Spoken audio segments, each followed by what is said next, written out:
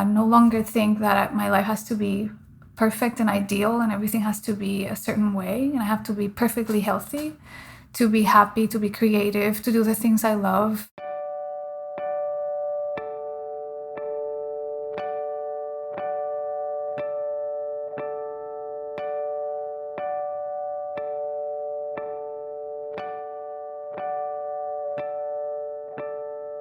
Welcome to Cancer Talks, a podcast sharing personal stories of transformation from people whose lives have been touched by cancer. My name is Claire DeLaslo, and I'll be guiding today's conversation. Our guest this week is author Melissa Alvarado Sierra. Her work has been published by the New York Times, ZORA, Catapult, among others. Her newest book, La Narrativa Activista de Rosario Ferré, Feminismo, Identidad, is a critical reading of the work of poet-essayist Rosario Ferré. Ferré suggests that women have suffered the same fate as Puerto Rico itself, colonized, mistreated, and forgotten. Through her writing, Melissa is healing this violent past, decolonizing, caring for, and remembering the power of Caribbean women.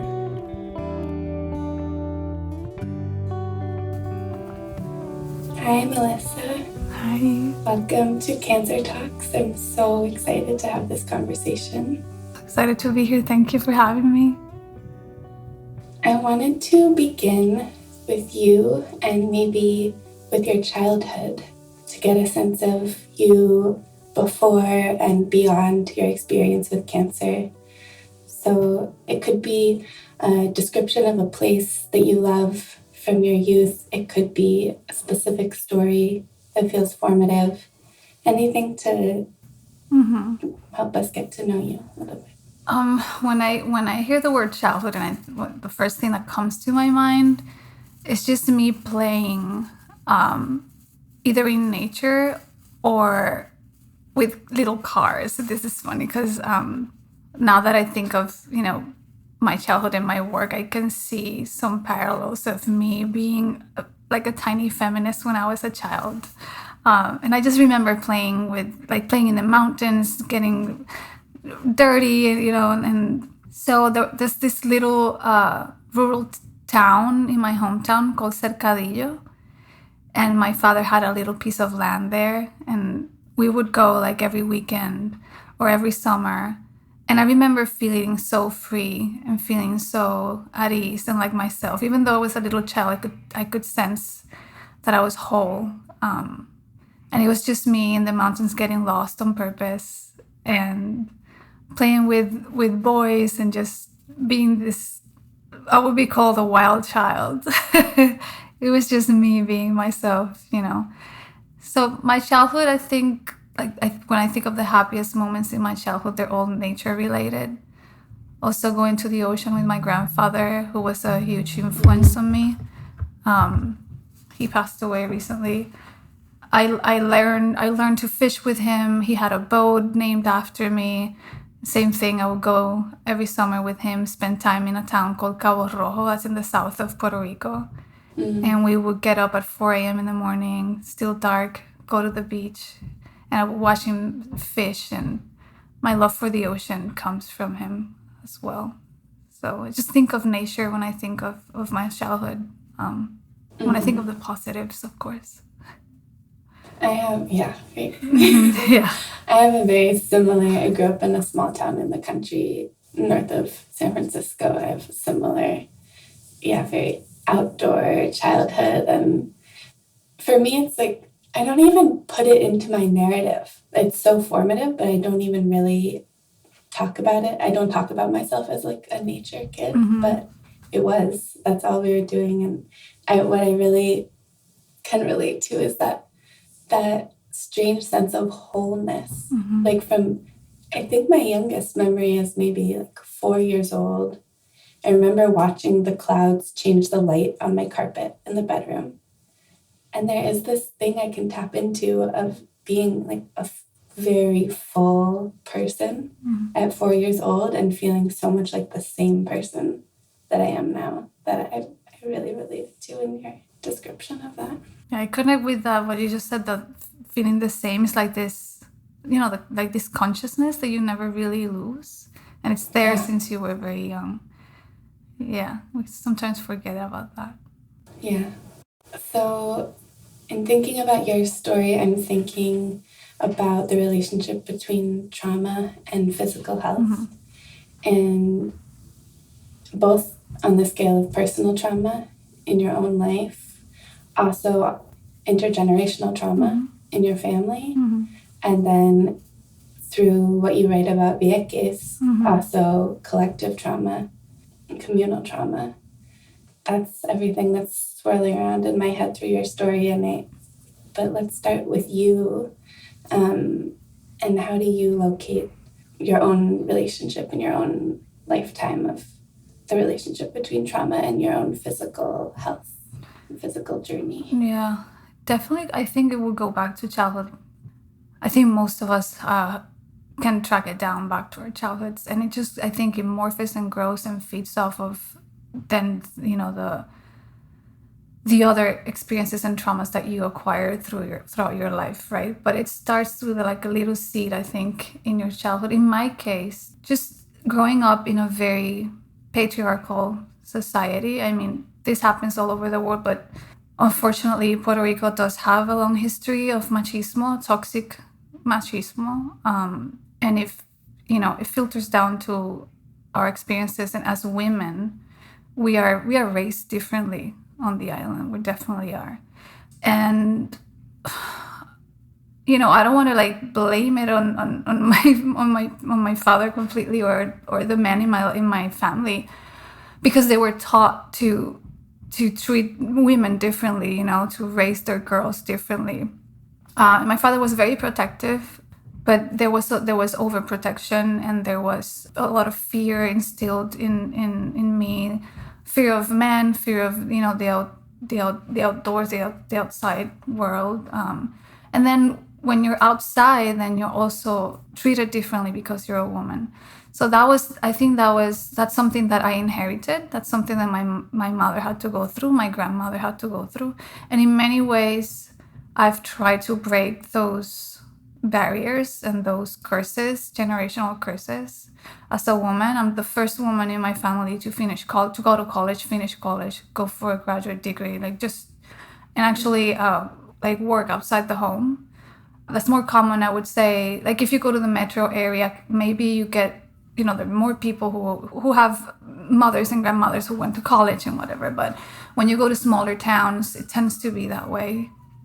So I'm still trying to break all those generational curses.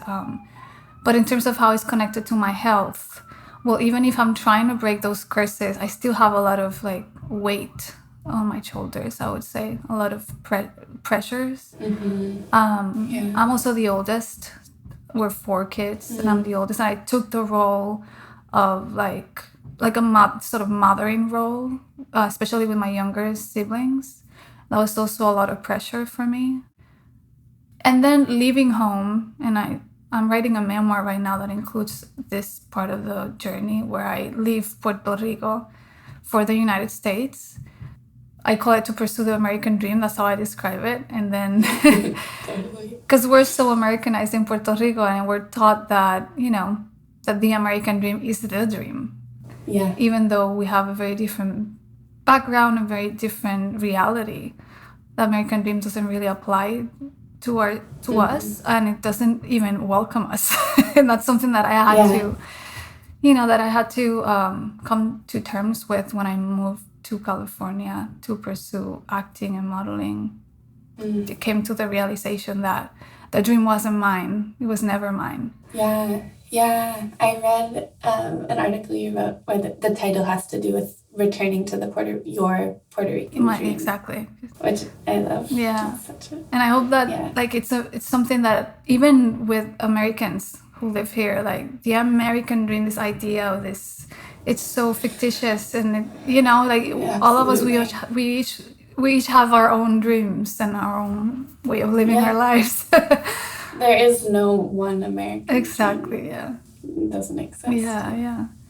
But when I was in California, one of the moments that changed, and I wouldn't just say that moment was it. I already felt that I wanted to go back home, but I was filming a commercial in downtown San Francisco. This is in 2010, February of 2010.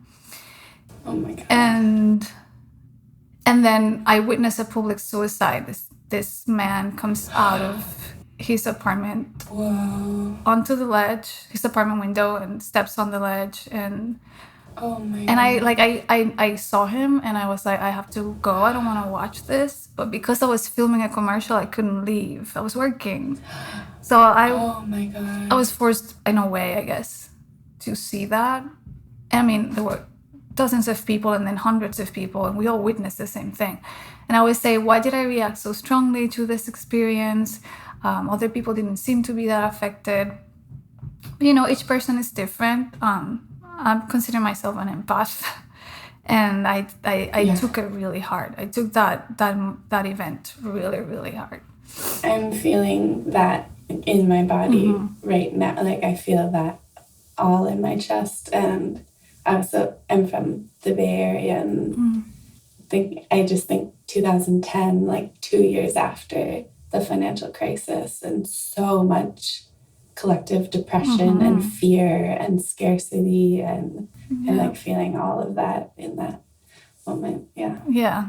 So that was transformative, that experience. So I obviously would rather not have seen that, but I did, and it propelled me into going back home. It was like this, like it sealed the deal for me. I had just signed a contract with an agent and a manager in Los Angeles. I was gonna go there and pursue the acting dream, you know, like, but it wasn't in my heart. I wanted to be a writer. I was already writing on the side. I did like internships on the side and everything. I was already, you know, trying to prepare myself for the switch. And that experience really changed everything. And within 2 months, I was back in Puerto Rico. I left everything behind. Oh my God, thank God. And good time to leave San Francisco also. Yeah, I hear things have changed a lot. You got out at the right time. I've been wanting to go back and see it, but I'm nostalgic now because people are saying Melissa's not the same. Oh. Yeah. Yeah. So how does that reside? Now you're home in Puerto Rico, and how does that, all of those young experiences start to show up in your body? So I started feeling really sick while I was in San Francisco already, especially right after I moved out of Puerto Rico. I always say that I'm like the coquí. In Puerto Rico, we have this little frog that's called the coquí, and it's like it carols, like it sings every night. We're so used to it. Now that I'm here in Houston doing treatment, like I can't hear the coquí and I go crazy. Like I miss it so much. But the coquí frog, if you take it out of the island, it usually doesn't survive. It can't survive. It dies. And I compare myself to the coquí. So when I was out of Puerto Rico in California, I started to feel really sick. Just my whole body, like whole body pains. I guess you would call it like something like fibromyalgia, something similar to that, like a lot of body pains. But then in Puerto Rico, I started to have thyroid issues, and that was like the first sign. And then I moved to Vieques, and I worked there for a while. And for those who don't know, Vieques is a highly contaminated island. It's a municipality of Puerto Rico that was bombed for more than 60 years by the U.S. Navy. They dropped over 80 million pounds of explosives. And it's highly contaminated. The cases of cancer are really high and other illnesses. So I'm there, and I start to feel even more sick. My neck starts to swell. And I'm still dealing with the trauma, not only, you know, the trauma that I was carrying with me since childhood, but also witnessing the suicide. You know, the victim's mother tracked me down. She hired a private detective and found me. She wanted me to testify against the San Francisco Police Department. Oh my God. Yeah, and she was basically blaming the crowd for her son's death. So she would write to me and in a way ask me to help her, but at the same time blaming me for her son's death. Like she was, like we taunted him. She would say that. So that really hurt me because when I witnessed that, I felt guilty, even though I was just standing there. I felt like I could have done more. I could have said something, you know, which, you know, when you're presented with something like that, you usually don't know what to do. But So that really was part of like, it traumatized me even more. It's just what I'm saying. Yeah. Wow. So it's a blend of things. And then a couple of years later, I was diagnosed with thyroid cancer. So I could see things brewing already a couple of years before that. And I don't know, I've always thought that just not having a feeling like that I didn't have a voice growing up, that I, as a woman in Puerto Rico, and then as a woman, as a person of color in the States, I felt like I didn't have a voice. And every time I got angry about those things, I always remember feeling this huge pain in my neck, just so much pressure in my neck. So when I was diagnosed with cancer in my thigh, I was like, doesn't surprise me that I've been holding on to so much, pain in that area. Yeah. After that, because now I'm dealing with a second cancer. I have breast cancer now, and I'm going through treatment.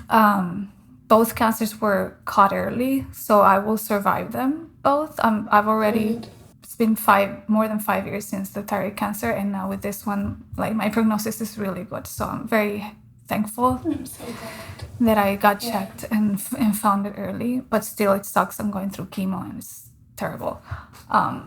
Anyway, after that first diagnosis of cancer, thyroid cancer, more traumas, more things happened. So I acquired new traumas. And I don't know if I can pinpoint one exactly. Some people say that with diagnosis, and my psychologist was, my cancer psychologist, we were talking about this last week, that most of her patients try to pinpoint 5 to 10 years before diagnosis, like they go back. I think we talked about that, just to see what happened that triggered, this whole thing. Cancer is not like caused by just one thing. I think it's a blend of things that take place. Absolutely. But trauma can definitely ignite it and start it.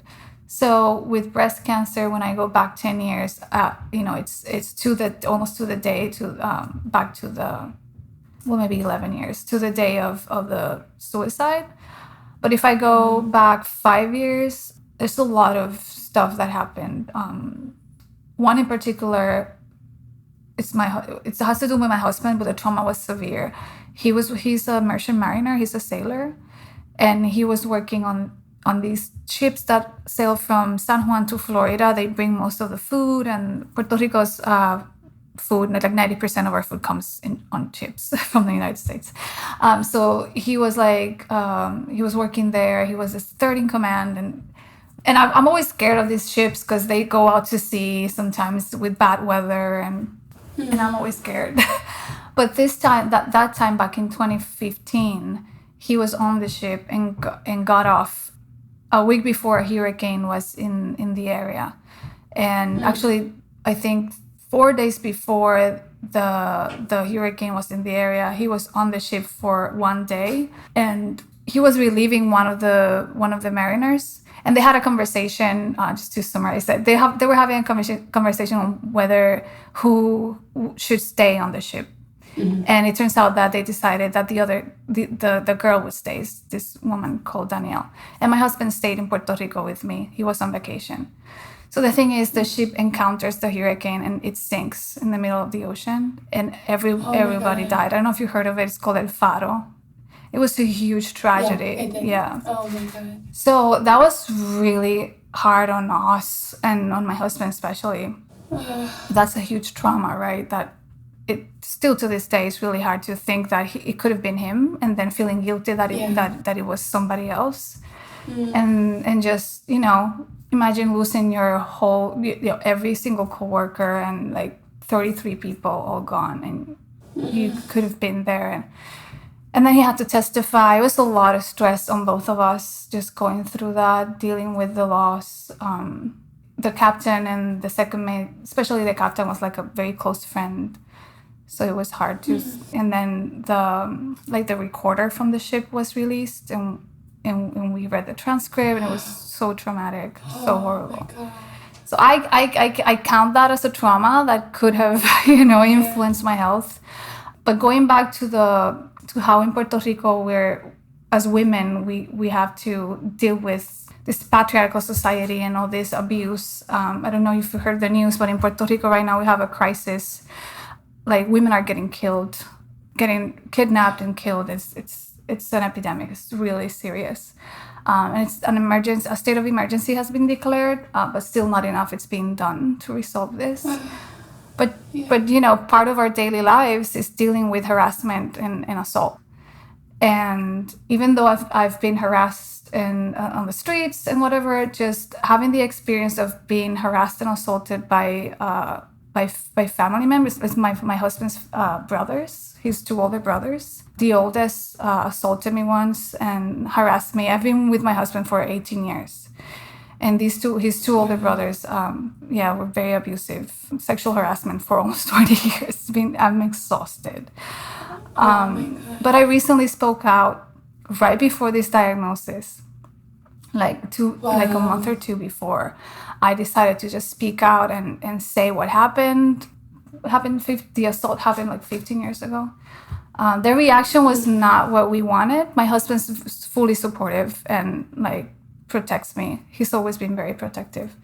But these things happen when he wasn't looking, when he wasn't around. Predators tend to do that. So just speaking out was really tough, and I could feel my heart, like I could feel pain in my heart area, and my breast cancer is on the left side, so it's right by my heart.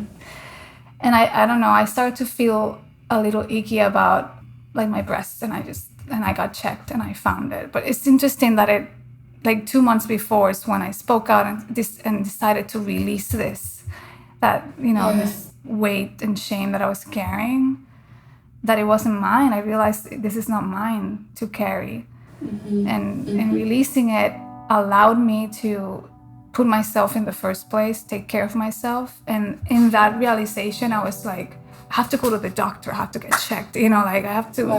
I'm almost 40. I need to get a mammogram. I need to go. And that's where I found the cancer. And it was found early. And I was 39, so I was not supposed to be getting mammograms. My doctor said, you can wait for 40, 43, 45. Can you imagine me waiting? The story would have been different. Yeah.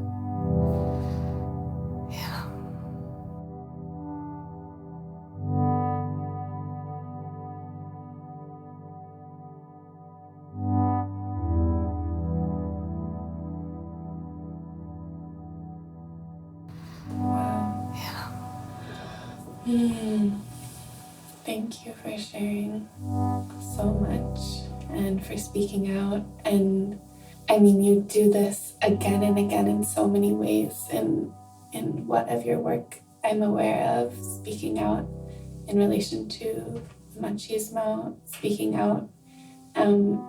It brings me to Vieques, and I want to talk more about the toxicity there and the history there, and maybe go into the collective experience of trauma, because you're this powerful way that you have, I'm learning, in so many different realms of your life, of living through that traumatic experience, holding it, seeing it, and then deciding to turn toward it and do something and share, tell the story of it and take action in some way. So I'm thinking about that with Vieques and how you associate that toxicity maybe as a factor in your own cancer, and yet you go back there and you write in chapter 24 of The World We Need about what's going on there. And I just think that's so powerful to choose to go physically back to that toxic land and tell the story not just of the trauma but also of the healing that is happening there. Definitely. I think part of what I've been trying to do is facing those traumas and that pain in order to heal them and release them. Because I had that experience with the thyroid cancer. Like I had to release so much. And now I'm in the process of releasing even more, things that I thought I was okay with or that I could manage. I'm like, no, my body's telling me otherwise. My body's telling me you have to face this. So going back to Vieques, I feel very strongly about that island. My husband's grandmother comes from Vieques, and her family was kicked out by the Navy. Wow. Her house bulldozed to the ground. This is how the Navy basically invaded the island. They just bulldozed the houses and told people, just leave. A lot of them moved to mainland Puerto Rico, main island. Others went to St. Croix. I spend a lot of time in St. Croix now, like half of my time. So there are a lot of Puerto Ricans on that island also. So for us, going back, moving to Vieques was a sort of like a reclaiming of that those ancestors are reclaiming of what belongs to us. Of course, living there might have turned out to be the cause of or something that contributed to my illness. But I mean, that's the reality of the people who live there. I mean, who are still there, who have lost family members to illness. And they're now victims of, carelessness, not just from the United States, but also from the Puerto Rican government, because sadly our government is very corrupt. And Vieques is not a priority at all. So they're basically forgotten people on a forgotten island.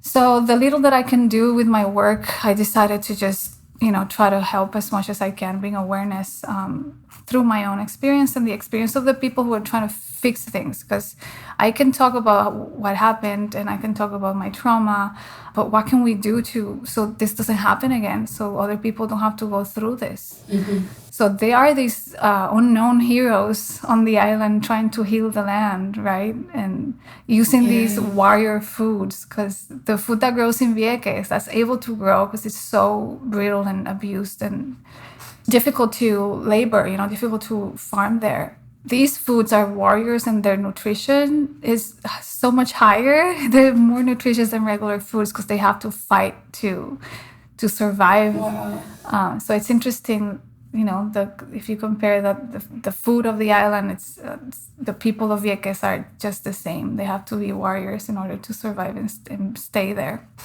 Yeah, but I mean, these farmers are doing what the government is not doing or willing to do, which is trying to create food security and hopefully food sovereignty, so we don't depend on, exports, food coming in from the United States. Like I said, 90% of the food in Puerto Rico comes from ships. It comes from, and then it has to travel to Vieques. So the food that they get, it's not nutritious. I mean, you go to the supermarket and you see these dead fruits, dead vegetables, and then sometimes you go and there's nothing. I mean, there are pictures of people can Google Vieques supermarket, like you see empty shelves. Yeah. So they're forced to eat from cans and from boxes sometimes. And, most people think of Vieques and they think of the beaches and how beautiful it is. It's like this, Ana Elisa Perez Quintero, one of the farmers, says they think of this dream paradise of piña coladas, and the reality is very, very different. And it's part of, I don't know, I feel very strongly about it, having been touched like that with my health. Just put everything into perspective of if I'm being affected by this, how can you imagine being a Viequense, being born and raised there, how difficult it must be. Yeah, I have this quote from your chapter from Perez that I love. She says, "The first sovereignty is food. We can pursue energy sovereignty or political sovereignty, but food sovereignty is basic and crucial. If we're free to feed ourselves, we can aspire to free Puerto Rico as well." Yeah. I love, that's my favorite line. So beautiful. And she's so right. And I think in that chapter you capture so beautifully something that I think is an analogy and resonant with anyone dealing with cancer, that maybe there isn't an end in sight, a clear goal of Vieques that's free of all toxicity, but the focus is what can we do now? How can we imbue the land with love and be in that process of healing? And there's so much life in that story you tell on that farm, and in the love and commitment to the land.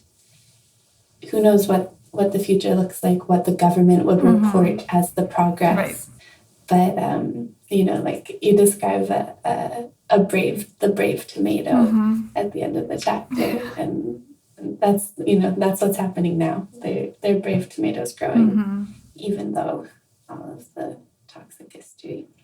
Yeah, and the land as being a mirror of the people. Like I've used this before with Rosario Ferré, this Puerto Rican writer. I wrote a book about her.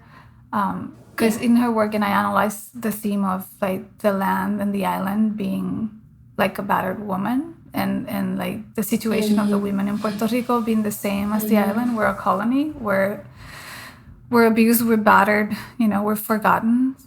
And I think Vieques goes even beyond, because Vieques is the forgotten piece within Puerto Rico. If Puerto Rico is being battered and abused, Vieques is the abused child of Puerto Rico, because even Puerto Rico is ignoring Vieques.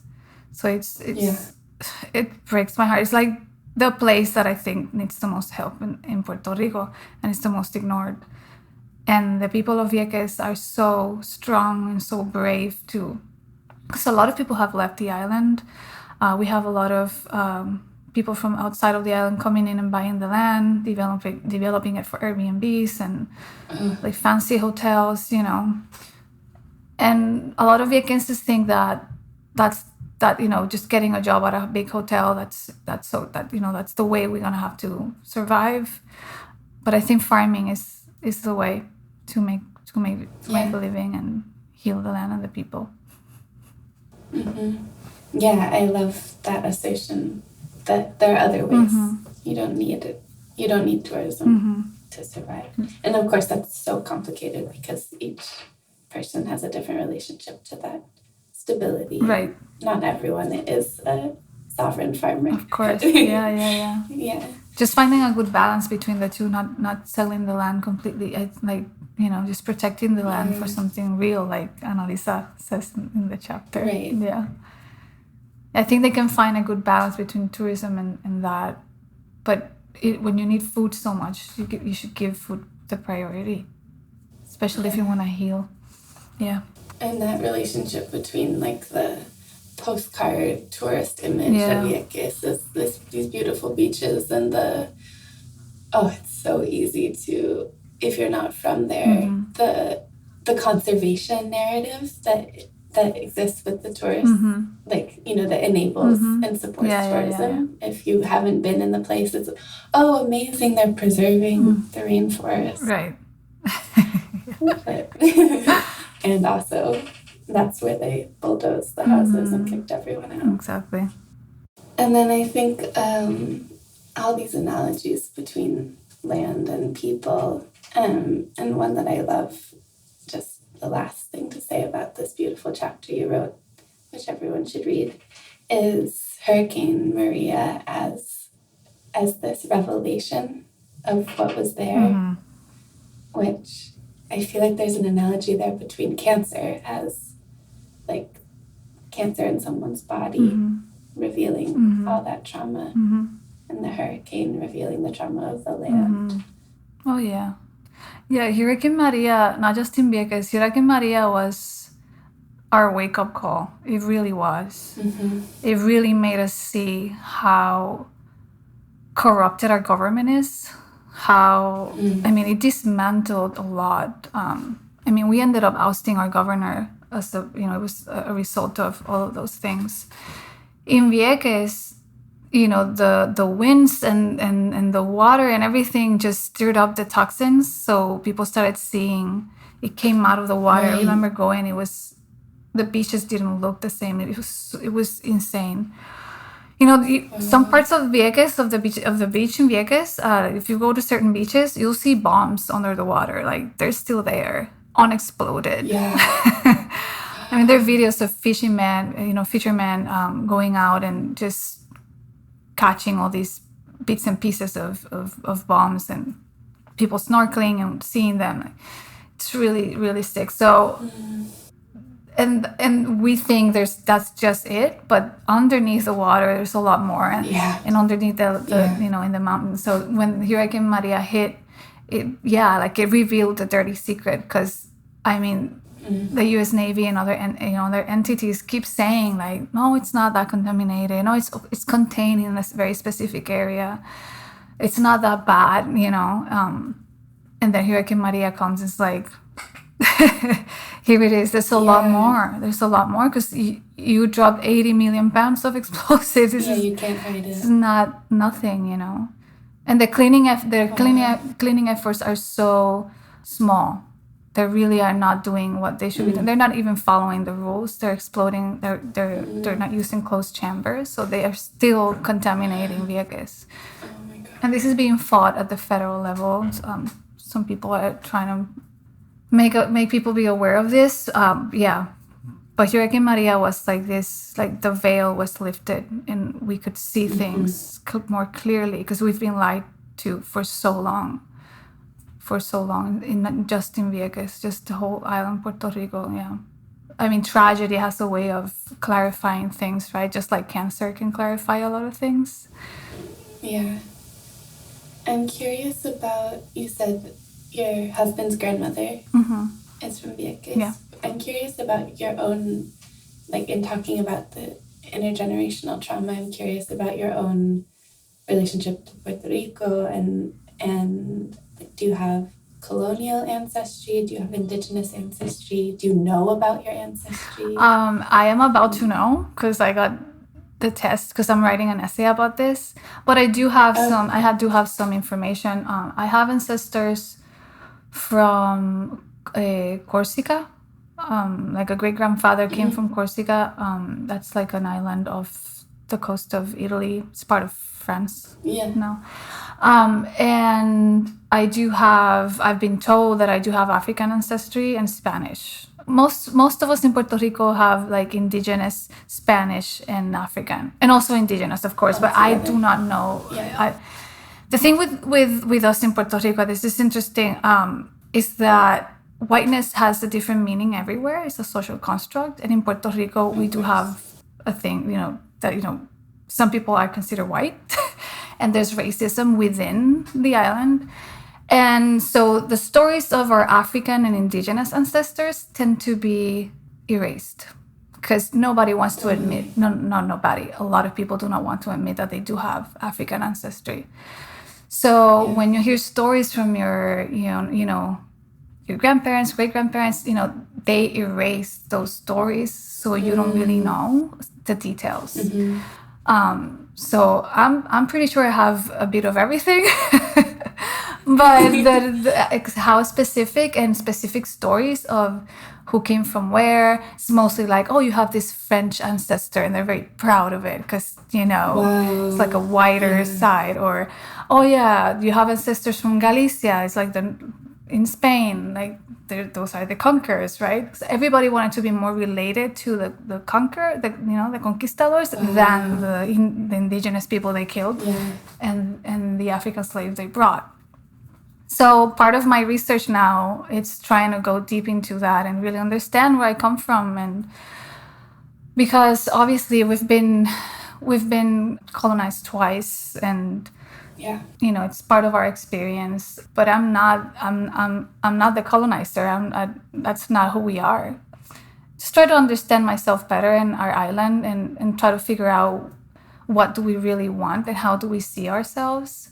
It's interesting because in the last census in Puerto Rico, most Puerto Ricans check the box for white, but we also don't have that many options. So people, it's either Black, indigenous, or white. And in Puerto Rico, I think like more than, I don't remember the exact number, but it's overwhelming majority picked white. And it's like, we're obviously, So it's part of the collective trauma also, because imagine being colonized and being, abused for being of color or indigenous or Black, and people want to be as, the tendency was to be, I want to be as far from that and closer to the colonizer, to the point where you forget about who you are and where you come from, and Americanization, and following the American dream and all of these things. They all come back to that, of just being completely blinded by, race dynamics and just wanting to be as close as possible to the colonizer so life can be easier for you.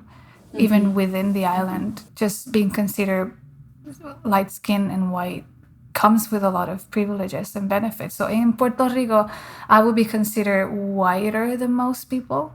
But there are people who are even whiter, of course. But like, I have the benefits of that because I'm not seen as a person of color in Puerto Rico.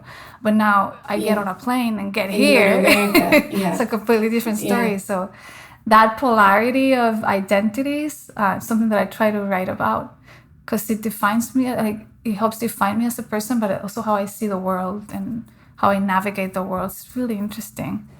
But then again, trying to find a way to, bring awareness to the what I call Afro-Boricua, so it's people of color in Puerto Rico. My grandfather, he had blue eyes. He was really tall, pale skin. My grandmother looked more indigenous, and my great grandparents, we have different colors, different shades. So it's hard to tell where, And but all born in. They were all born and raised in Puerto Rico, and on both my mother and my father's side, they're all from the mountains. So they all work the land. Business people. Yeah. Yeah. Wow. Oh, there's so much to talk about, and we don't have so much time left in it. But I know we haven't been focusing on your cancer process. Oh, that's okay. Specifically the most, but I'm grateful to that because I think that's what you do so beautifully in your work, is tying your personal cancer journey to the structural issues, the structural histories and social history, and I think that's such a beautiful perspective. But maybe to tie together, to hear about you right now in your process with breast cancer, and you shared with me the role of passion, which is writing and I'm sure other things, and also spiritual practice. Maybe in our last few minutes we could hear a little bit about how those are lifelines for you in your current cancer process. Oh yeah, that's made a world of difference, just not being afraid of the cancer, mainly. Because when I was first diagnosed the second time, I just couldn't believe it. Obviously, I mean, the second time I was like, what are the odds that within 5 years I'm diagnosed twice, like before reaching 40? It just was too heavy. I was angry for a while, I was like, I'm too young. I kept saying, I'm too young. And then I had an appointment at the youth center here because I was diagnosed at 39. I qualified for the youth center, for the youth support. Oh, wow. And I couldn't believe it. But I went to the center feeling like I'm too young, this is not fair. And then I went there and I saw the little kids with cancer. It's like 20 little kids doing chemotherapy. And I was like, why am I saying these kids, they are too young, I'm an adult, I can manage this. They don't even know really what's going on, But in terms of how I use like a spiritual practice and trying to, like as a lifeline, just not being afraid of it, just facing it in a way that I'm not thinking that I'm going to die from this. I switched from being super afraid, terrified really, to deciding in a way, like in my body and in my soul, that this is not gonna be the end of me. This is not gonna be it. I'm gonna get through this day by day. I'll do everything that I can. I'll do all the research that I can. But my soul is here to stay for a while longer. That's how I'm trying to see it, and I'm no longer afraid of it. I'm no longer afraid of cancer. I know it's still in my body because I'm still doing chemo and I'm not getting surgery for a couple of months. But I learned to live with it and be happy with it. I no longer think that my life has to be perfect and ideal and everything has to be a certain way and I have to be perfectly healthy to be happy, to be creative, to do the things I love. Because for like a few weeks after diagnosis, I was like, I'm never gonna write again. I'm never gonna, go back to myself. Like it felt very, very final. Even though my prognosis is good, it still felt like why do I have to go through this? Like it's gonna change me. But I found that it's been changing me in ways that, in beautiful ways. Like after this, like already today, I can tell you that my life is so much better than before my diagnosis. I see my work in a different way. I see my family in a different way, my relationships. I've learned that I am my best advocate and that I will put myself in first place from now on, in the sense that I will take care of my needs and I will take care of my mental health and my body, you know. I used to exercise, but not that much. And now I'm making that my body a priority. My body was not my priority. You know, I was more involved in the intellectual side of myself and the writing.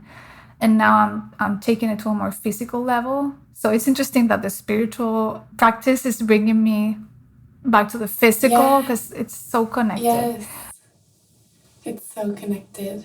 Lately, I've been really in touch with the way of, because I have a dance background, so very physical, embodied first 20 years of my life. But I've been recently shifting focus to movement is about almost being able to not forget, but almost like forget the body, like movement practice so that you can feel light and free, you know, and that's how those are related for me. It's like, what do I need to do to feel just like this fluid machine that can focus mostly on the spiritual? Because when I don't pay attention to my body, then it starts weighing me down. And then I don't have space for the spiritual because I'm like this physical burden to myself. Wow. I feel that resonates a lot. Yeah, because it's our soul's home, right? And we think it's just the body, but it's sacred. It's also sacred, and it's part of its energy. It's part of our being. It's just the physical manifestation, right? Of the vehicle. And having cancer, I see it as the body saying, "Hey, pay more attention to this. It's all connected." Yeah, these cells are screaming and saying, "Stop whatever you're doing, change."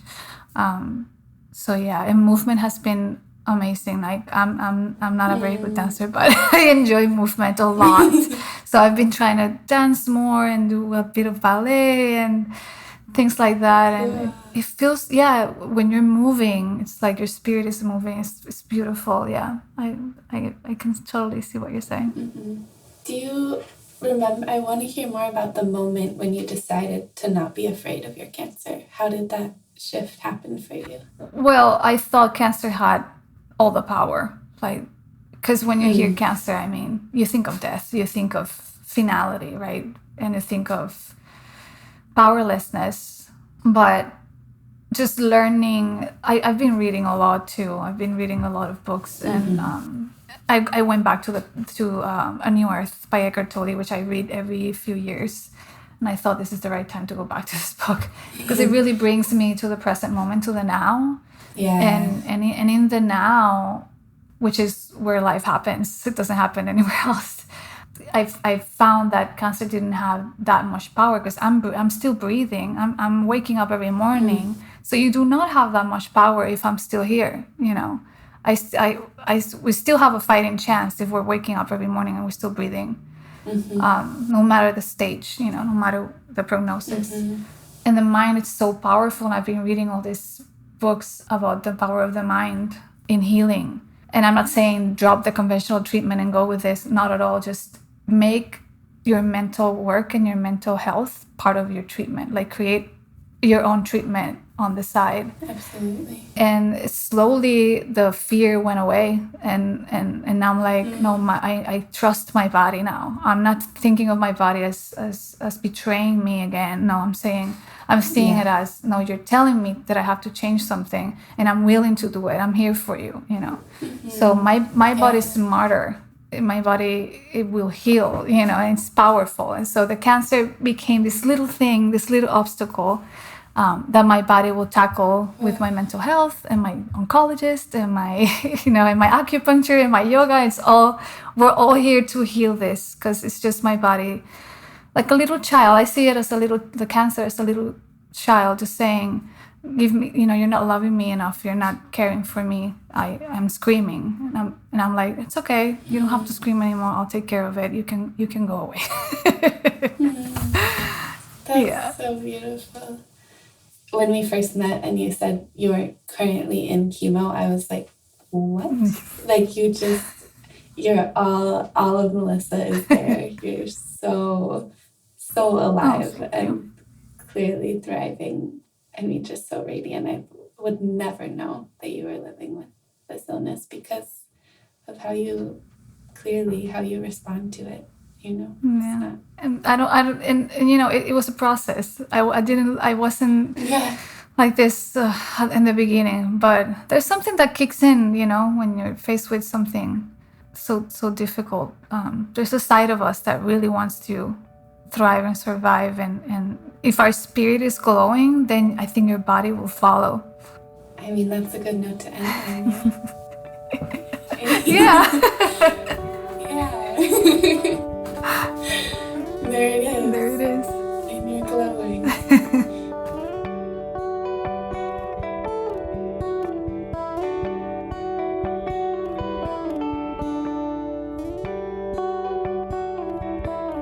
If you enjoyed this conversation, please leave a review in your podcast app.